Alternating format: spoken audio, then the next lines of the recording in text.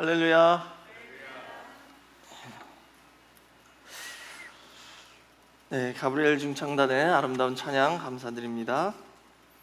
오늘 저는 에스겔 37장 24절에서 28절 말씀을 통해서 심판의 그림자 에스겔의 행동 예언이란 제목으로 잠시 은혜를 나누겠습니다. 심판의 그림자 에스겔의 행동 예언. 이 에스겔 선지자는 17가지의 행동 예언을 통해서 예루살렘의 심판과 멸망이 도래했음을 선포했습니다. 하나님께서 이런 이상한 행동들이죠. 이상한 행동을 하게 명령하신 거예요. 그래서 사람들이 아마 그 에스겔 선지자가 미쳤다고 생각했을 거예요. 예를 들어서 인분으로 사람 똥이잖아요. 그걸 불 붙여서 거기다가 떡을 구워가지고 먹게 하고 참 이상한 일을 많이 하게 하셨죠. 근데 이런 이상한 행동을 통해서 사람들의 관심을 끌고 그렇게 해서라도 하나님의 말씀이 들어가고 하나님이 경고해서 일깨워가지고 회개하고 돌이킬까 해서 하나님께서 이렇게 에스겔 선지자를 통해서 역사하신 거죠. 근데 그렇게 했는데도 이스라엘 백성들은 듣지 않고 결국은 바벨론에게 멸망을 당했죠. 그런데 오늘 저희에게는 그럼 이 에스겔의 행동 예언이 어떤 교훈을 줄까요? 우리와 무슨 상관이 있을까요? 성경을 보시면 특히 에스겔서에서 예루살렘은 세상의 중심이다 그랬죠. 그러니까 예루살렘의 심판과 멸망은 옛날 얘기가 아니라요, 그것은 그림자입니다. 예표예요. 뭐의 예표냐? 마지막 때 이 세상도 심판이 있고 그 심판 후에 멸망이 있다는 것을 보여주는 것이죠. 그래서 에스겔 선지자를 통해서 예루살렘의 심판이 임한다라는 것을 행동 예언을 통해서 경고하신 것처럼 오늘 이 말씀을 통해서 저희도 마지막 때 심판이 어떤 성격으로 어떻게 이루어질 것인지를 알 수 있다는 것이죠. 그래서 오늘 17가지를 다 볼 수는 없죠. 그래서 몇몇 가지의 행동 예언을 통해서 그리고 그 구속사적 의미를 통해서 오늘 그 마지막 때 심판에 대해서 어떤 교훈을 주는지 잠시 살펴보도록 하겠습니다. 큰 첫 번째로는 이 에스겔의 행동 예언은 심판이 임박한 시대의 모습을 보여줍니다. 지금 에스겔 선지자가 이 행동 예언을 할 때도 예루살렘의 멸망이 아주 임박했을 때죠. 그러니까는 마지막 때도 이 에스겔 선지자의 행동 예언을 통해서 그 심판 오기 직전에 그 시대의 모습이 어떤지를 조금이라도 알 수 있다는 것이죠. 예를 들어서 첫 번째 행동 예언은 뭐였냐면 에스겔이 벙어리가 됐어요. 벙어리.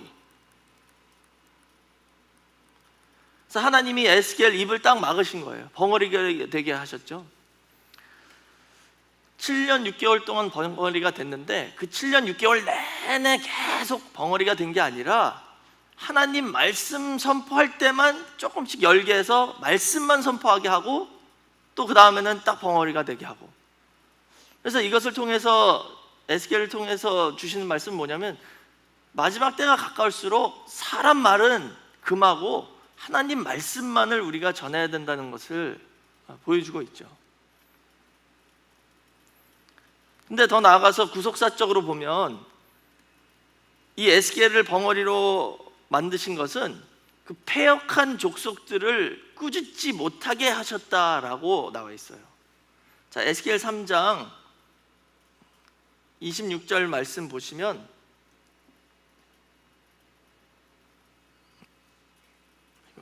죄송합니다.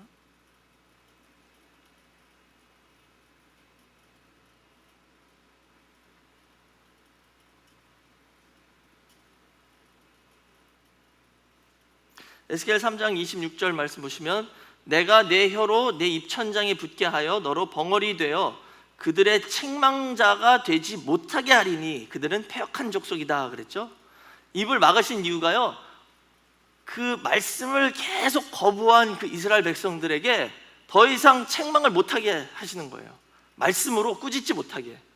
그 뜻은 뭐냐면 회개의 기회가 끝났다는 거예요. 이제 그 이스라엘 백성들에게는 지금까지 계속 말씀을 주셨고 선지자를 여러 명을 보냈는데 계속 거부했죠. 듣지 않았어요. 회개치 않았습니다.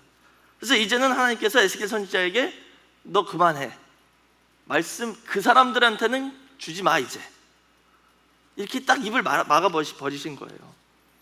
그러니까 예를 들어서 그 출애굽 직전에 10대 재앙이 있었잖아요. 그때도 바로가 계속 마음을 강팍하게 했죠.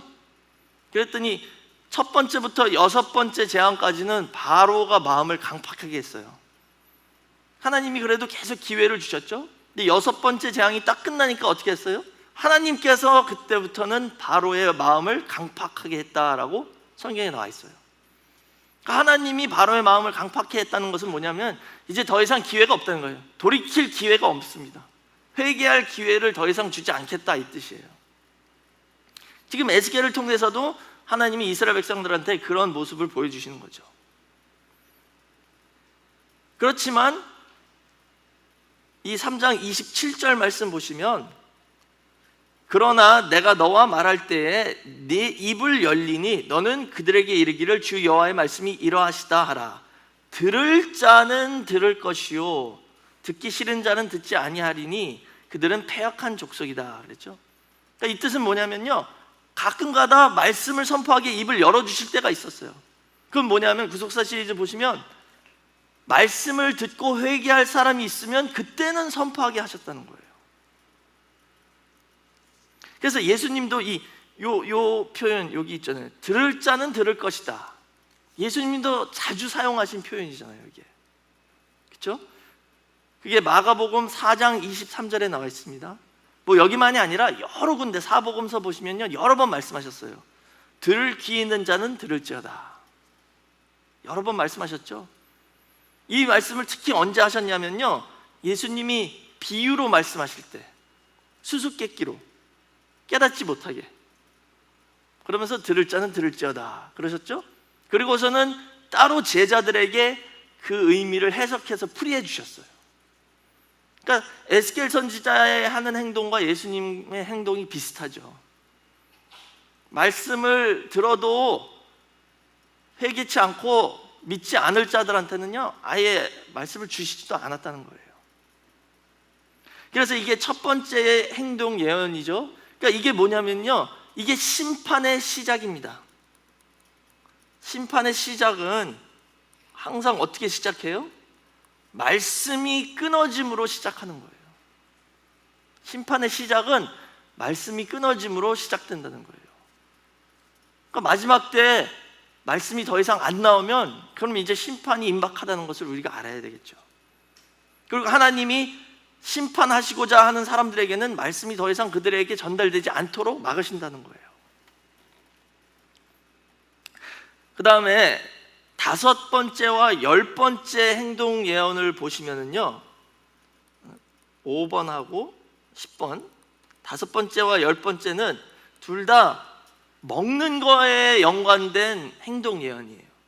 5번째는 뭐였냐면 부정한 떡을 먹어라 라는 행동 예언이었습니다. 그리고 10번째는 떨면서 식물을 먹고 놀라고 근심하면서 물을 마셔라. 너무 두려워서 덜덜 떨면서 밥을 먹고요, 떨면서 놀라서 물 마신대요. 이 두 가지 다 먹는 거에 관한 그런 행동 예언인데요. 먼저 5번째 행동 예언을 보면 기근이 심해서 먹을 게 없어서요, 이게 에스겔 4장 9절에서 12절에 나와 있는 내용인데요, 먹을 게 모자라서 밀과 보리와 콩과 팥과 조와 귀리 6가지를 섞어서 먹는데요. 섞어 먹는 게 요즘은 좋잖아요. 이게 몸에 좋대요, 이렇게 먹으면. 근데 옛날에는 그게 아니에요. 왜냐하면 그 당시 이스라엘 백성들은 밀과 보리만 먹었어요, 따로. 근데 이렇게 섞어 먹는 뜻은 뭐냐면 음식이 모자르니까 밀과 보리 먹을 게 다 모자르니까 이제 아무거나 막 있는 거 갖다 다 섞어서 먹는다는 거예요. 그렇지만 더 나아가서 이 영적 의미는 뭐냐면 하나님께서는 섞어 먹는 거를 싫어하셨어요. 음식도 뭐 파종할 때도 씨를 섞어서 파종하지 말라고 그러셨어요. 옷도 같은 종류의 그런 것만 쓰지 이렇게 섞어 짜지 말라고 그러셨거든요. 그러니까 이것은 무슨 뜻이냐면 이렇게 6가지 곡식을 섞어 먹는 것은 이스라엘 백성들의 영적 상태를 의미하는 건데 지금 신앙이 이렇게 섞여졌다는 거예요. 이스라엘 백성들의 신앙이 순수한 하나님만 믿는 믿음이 아니라 세상에 이것저것 다 갖다가 섞어서 짬뽕시켰다는 거예요. 가나안 족속들의 신들도 조금 믿고 하나님도 조금 믿고 세상에 뭐 저쪽 바벨론 거 애굽 거 다 조금씩 가져와서 다 내가 좋은 거 나한테 편리한 거 다 섞어서 믿고 그것을 따랐다는 것이죠. 그 다음에 아까 말씀드린 대로 인분으로 불을 피워서 떡을 구워 먹게 하셨죠. 그래서 지금 바벨론에게 포위를 당할 때 이렇게 될 것이다 라는 걸 보여주는 거예요. 포위당해서 먹을 게 없죠. 연료도 없으니까 인분을 연료로 삼아서 불을 때운다는 거예요. 그래서 그렇게 됐더니 어떻게 됐냐? 에스겔 4장 16절에 또 내게 이르시되 인자야 내가 예루살렘에서 의뢰하는 양식을 끊으리니. 그렇죠? 이스라엘 백성들이 믿었던 그 양식을 끊어버리면 어떻게 된대요? 백성이 경겁 중에 떡을 먹고 민답 중에 물을 마신다 그랬어요. 경겁 중에 떡을 먹고 민답 중에 물을 마신다. 이 경겁, 민답 이게 무슨 뜻이냐면요, 경겁이라는 단어는 걱정, 슬픔 이런 뜻이에요. 경겁은 걱정, 슬픔 이런 뜻이고요. 그 다음에 민답은 공포. 이 민답은 공포, 놀람 이런 뜻이에요. 또 여기만이 아니라 에스겔 12장 19절 말씀 보시면 이게 10번째 행동 예언이거든요. 여기서도 보시면은 근심하면서 식물을 먹으며 놀라면서 물을 마실 것은 그랬죠. 거민의 강포를 인해서 땅에 가득한 것이 황무하게 됐다. 그 죄를 하도 많이 져서 하나님이 이렇게 벌을 주시는 거예요. 그래서 먹을 때도 근심하면서 놀라면서 물 마신대요.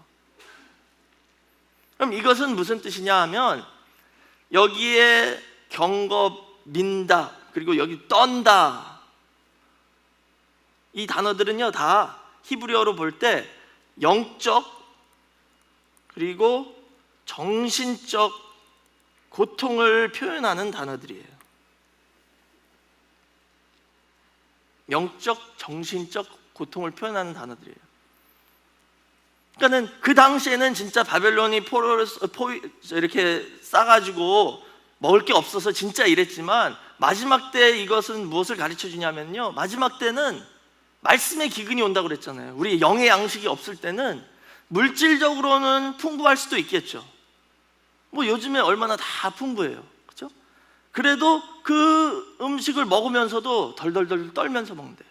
왜? 영적으로나 정신적으로 만족이 없고 항상 불안하고 말씀이 없는 상태이기 때문에 육신의 양식을, 육의 양식이나 육신의 물질적인 것이 아무리 많아도 덜덜덜 떨면서 공포 가운데 그것을 먹고 취하고 만족이 없는 그런 때가 올 것을 예언하는 거예요. 지금 그게 심판이 임박한 때의 특징이라는 것이죠. 그래서 그 마지막 때 특징은 뭐냐면 하나님을 버린 사람들은 뭐예요? 헛된 양식을 쫓아다닌다는 거예요. 이런 거 계속 그것만 쫓아다니는 거예요. 그래서 좀 구해서 먹는데 만족이 없어. 계속 먹는데도. 왜? 지금 이 불만족한 이것은 영적인 것으로만 해소할 수 있는 거죠. 그래서 이사야 55장 2절에 나와 있죠. 너희가 어찌하여 양식 아닌 것을 위하여 은을 달아주며 배부르게 못할 것을 위하여 수고하느냐. 나를 청종하라. 하나님 말씀을 들으라는 거죠. 그리하면 너희가 좋은 것을 먹을 것이며 너희 마음이 기름진 것으로 즐거움을 얻는다 그랬죠. 지금 이 만족감을 못 얻는 이유는 그 해소할 수 있는 말씀을 찾지 않고 딴 데서 그 답을 찾고 있기 때문에 그렇다는 거죠. 이게 마지막 때 특징이라는 거예요. 또 예수님도 비슷한 말씀하셨습니다. 요한복음 6장 27절에 썩는 양식을 위해서 일하지 말고 영생하도록 있는 양식을 위하여 하라. 이 양식은 인자가 너에게 주리니 인자는 아버지 하나님의 인치신 자니라 그랬죠. 그래서 저희는 이 마지막 때를 살 때 사도 바울 같은 믿음으로 살아야 돼요. 사도 바울은 뭐라고 그랬죠? 빌립보 3장 7절에서 8절에 무엇이든지 내게 유익하던 것을 내가 그리스도를 위하여 다 해로 여길 뿐더러 또한 모든 것을 해로 여김은 내 주 그리스도 예수를 아는 지식이 가장 고상함을 인함이라. 내가 그를 위하여 모든 것을 잃어버리고 배설물로 여김은 그리스도를 얻고, 그리스도를 얻기 위해서는요 모든 걸 다 버렸대요. 배설물로 여긴대요. 이 똥이란 뜻이에요. 이 헬라어를 보면 똥같이 여긴다는 거예요.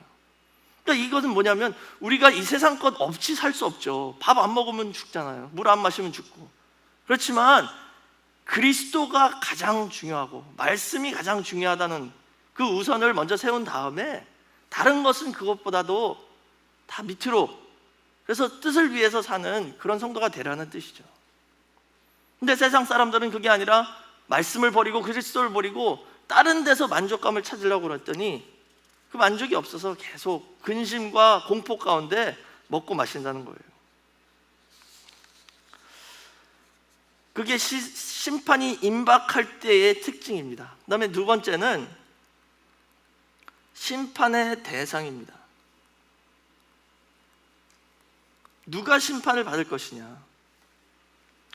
그 두 번째 행동 예언을 보면은요, 두 번째 행동 예언은 박석 위에 예루살렘을 그려라 그랬어요.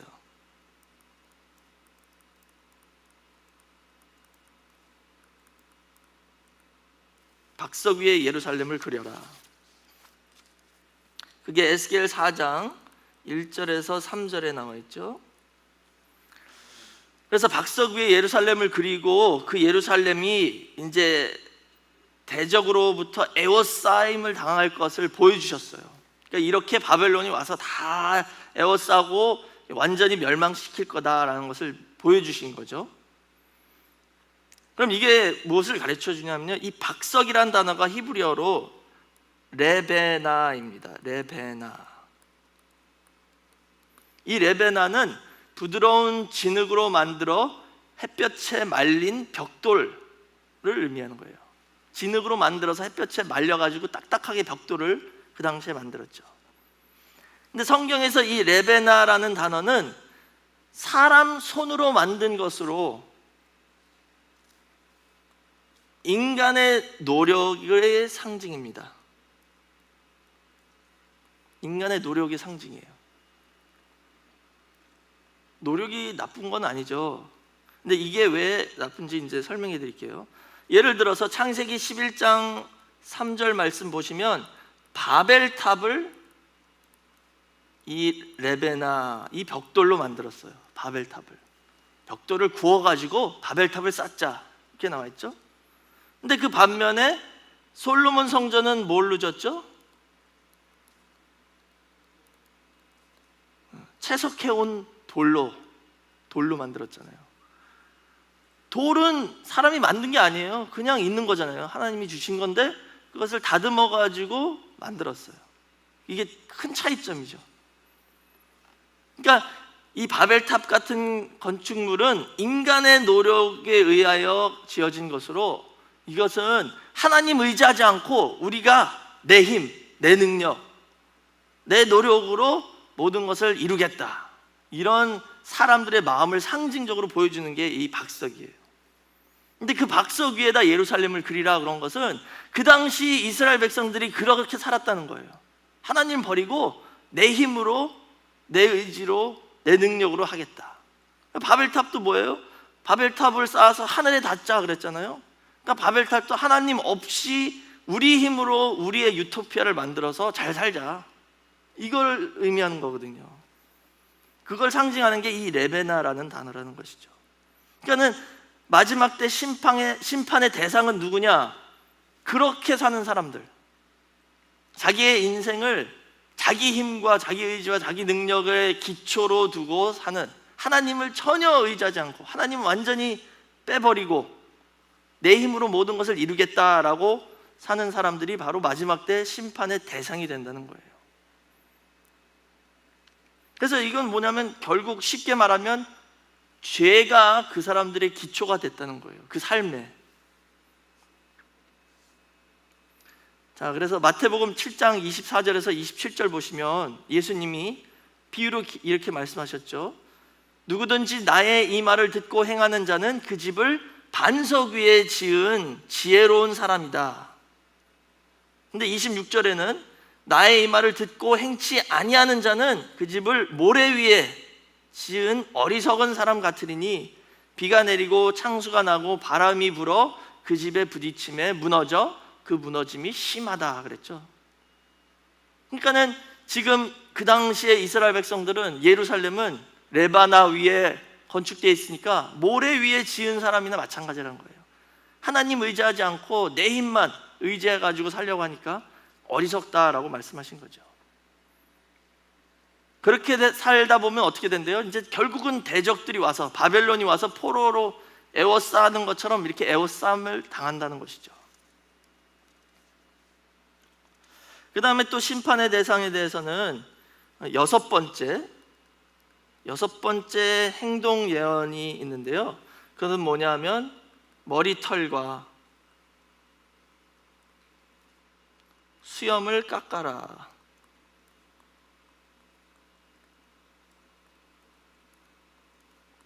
라고 말씀하셨어요. 머리털과 수염을 깎아라.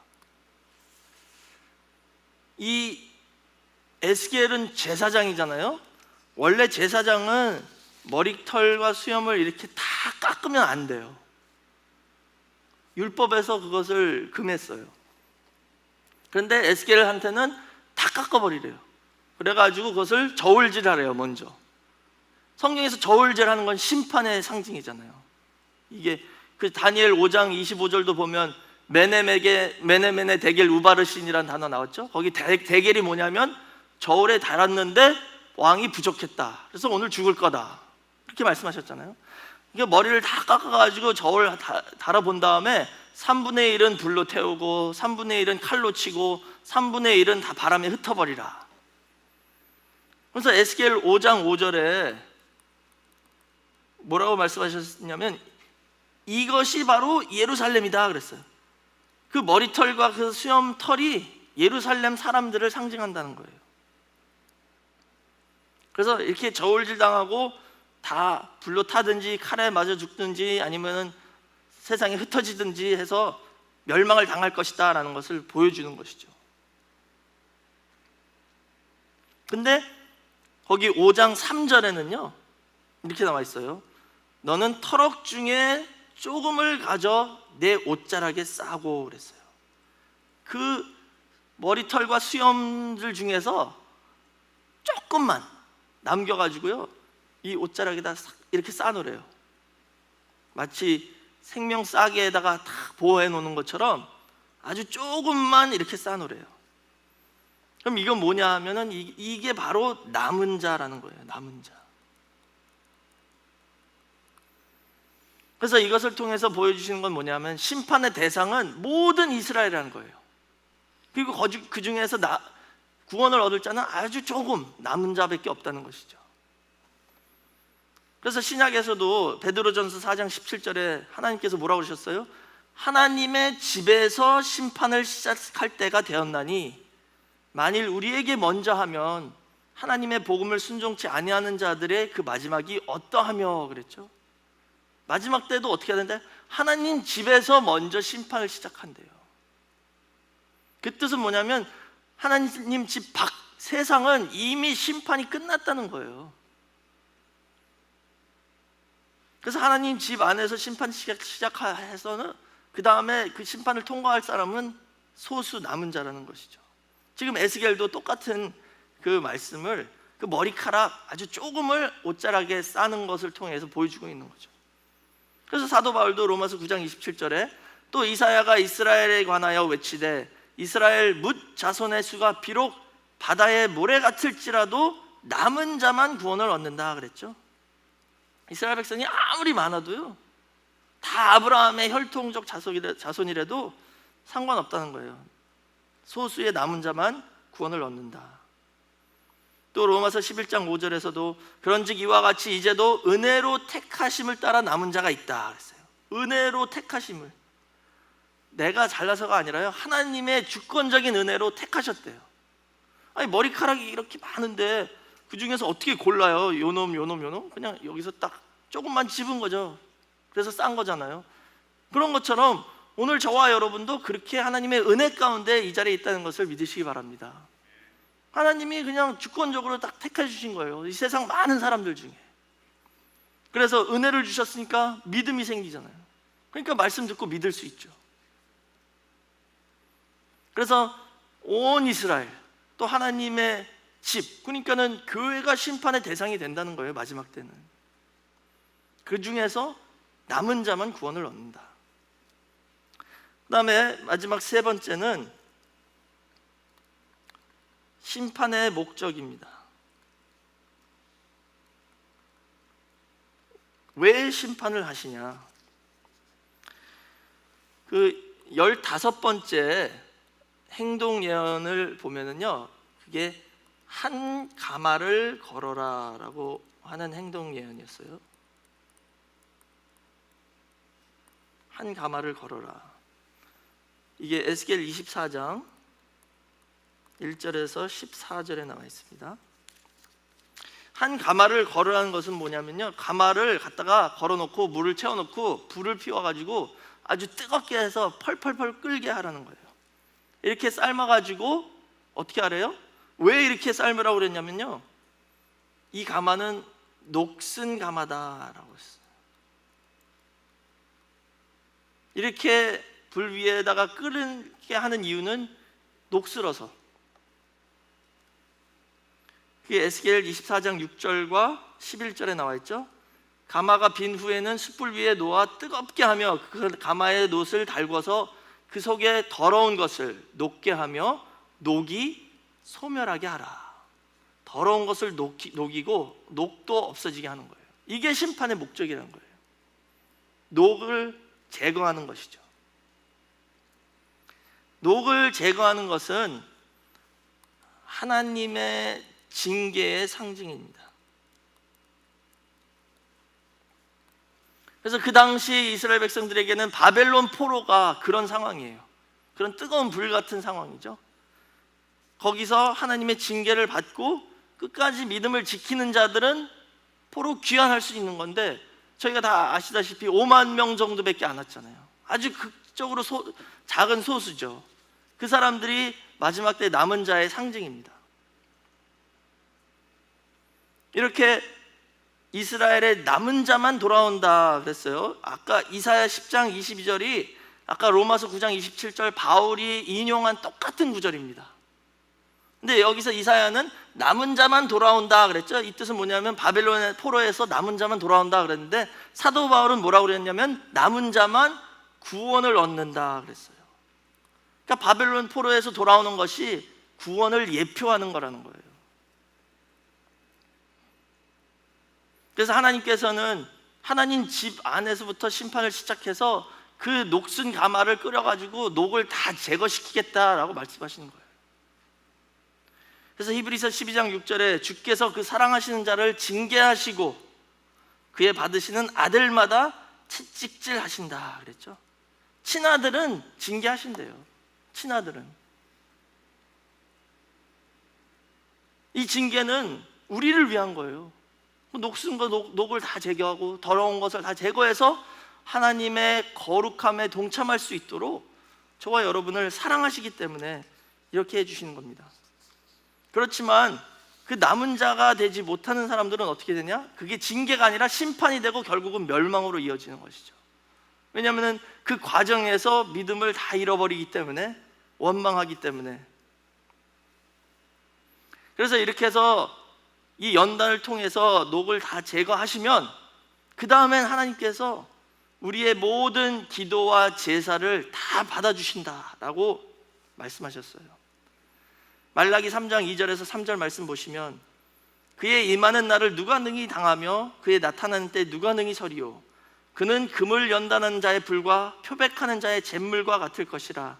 그가 은을 연단하여 깨끗게 하는 자 같이 앉아서 레위 자손을 깨끗게 하되 금, 은같이 그들을 연단하리니 그들이 의로운 제물을 나 여호와께 드릴 것이다 그랬죠.